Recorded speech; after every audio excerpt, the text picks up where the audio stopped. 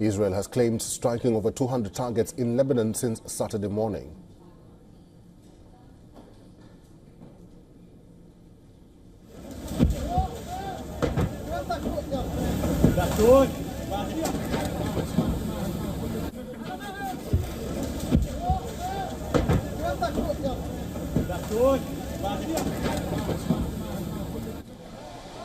The Israeli military said that in the past 36 hours, it struck Tyre in the south several times. 11 people were killed and dozens more were wounded in Tyre on Sunday, and that's according to Lebanon's health ministry.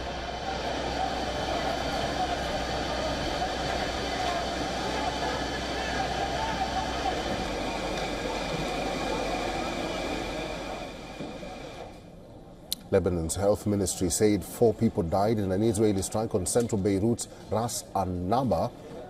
A security source said the strike killed Hezbollah spokesperson Mohammed Afif. The same was confirmed by Israeli military, which described Afif as the militant group's chief propagandist.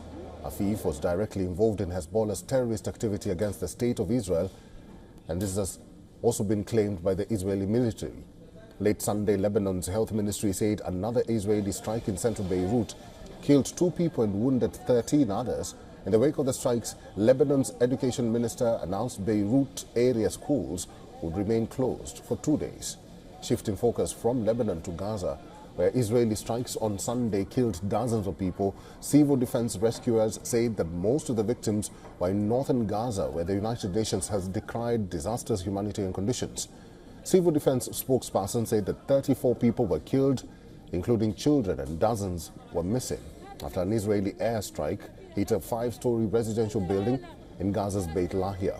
Israel's military said there were ongoing terrorist activities in Beit Lahia and that several strikes were directed at militant targets there. 2 IDF soldiers died in an exchange of fire with Hamas militants in the region. Sergeant Noam Eitan and Captain Yogev Pazi was the nephew of former IDF Chief of Staff and current opposition lawmaker Gadi Eisenkot.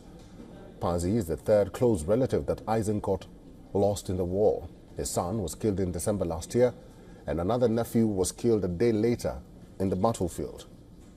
Israeli attacks in central Gaza killed 15 people and 5 in the southern city of Rafah. Also in the south, in Khan Yunis, civil defense said an Israeli drone targeted a group of unarmed people securing an aid delivery.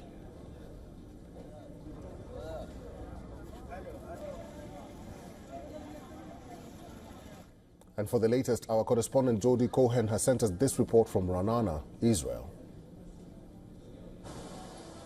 Israel's ambassador to the Vatican, Yaron Seidemann, rejected Pope Francis's call for an investigation, saying that Israel has exercised its right of self-defense against attempts from 7 different fronts to kill its citizens, and that any attempts to call it by any other name is singling out the Jewish state.